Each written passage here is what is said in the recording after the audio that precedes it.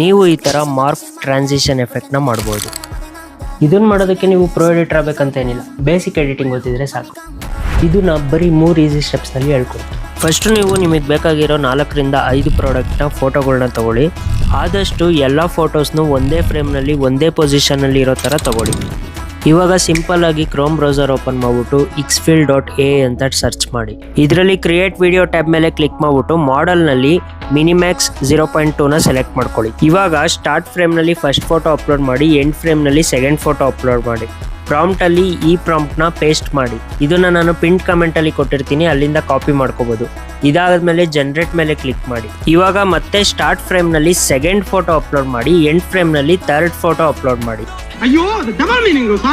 Same ಪ್ರಾಂಪ್ಟ್ನ paste ಮಾಡ್ಬಿಟ್ಟು ಮತ್ತೆ generate ಮೇಲೆ ಕ್ಲಿಕ್ ಮಾಡಿ. ಇದೇ ತರ ಎಷ್ಟು ಪ್ರಾಡಕ್ಟಿಗೆ ಬೇಕೋ ಅಷ್ಟು ಪ್ರಾಡಕ್ಟಿಗೂ ಜನರೇಟ್ ಮಾಡ್ಕೊಬಹುದು. ಇವಾಗ ಎಲ್ಲ ವಿಡಿಯೋನು ಡೌನ್ಲೋಡ್ ಮಾಡ್ಬಿಟ್ಟು ಯಾವ್ದಾದ್ರು ಒಂದು ಎಡಿಟಿಂಗ್ ಸಾಫ್ಟ್ವೇರ್ ನಲ್ಲಿ ಇಂಪೋರ್ಟ್ ಮಾಡ್ಕೊಳ್ಳಿ. ಇವಾಗ ಎಲ್ಲಾ ಕ್ಲಿಪ್ನು ಜಾಯಿನ್ ಮಾಡ್ಬಿಟ್ಟು ಎಲ್ಲಾದ್ರಲ್ಲೂ ಈ ತರ ಸ್ಪೀಡ್ ರ್ಯಾಂಪ್ ಎಫೆಕ್ಟ್ ನ ಆಡ್ ಮಾಡ್ಕೊಳ್ಳಿ. ಇದು ತುಂಬಾ ಬೇಸಿಕ್ ಎಡಿಟ್, ನೀವು ಮೊಬೈಲಲ್ಲಿ ಕೂಡ ಮಾಡ್ಕೊಬಹುದು. ಇವಾಗ ವಿಡಿಯೋದಲ್ಲಿ ಪುನೀತ್ ರಾಜ್ಕುಮಾರ್ ಮಾತಾಡ್ತಾ ಇರೋ ತರ ಬರ್ತಾ ಇದೆ. ಇದ್ರದ್ದು ಟ್ಯುಟೋರಿಯಲ್ ಬೇಕಂದ್ರೆ ಕಮೆಂಟ್ ಮಾಡಿ. ಸೊ ಆವಾಗ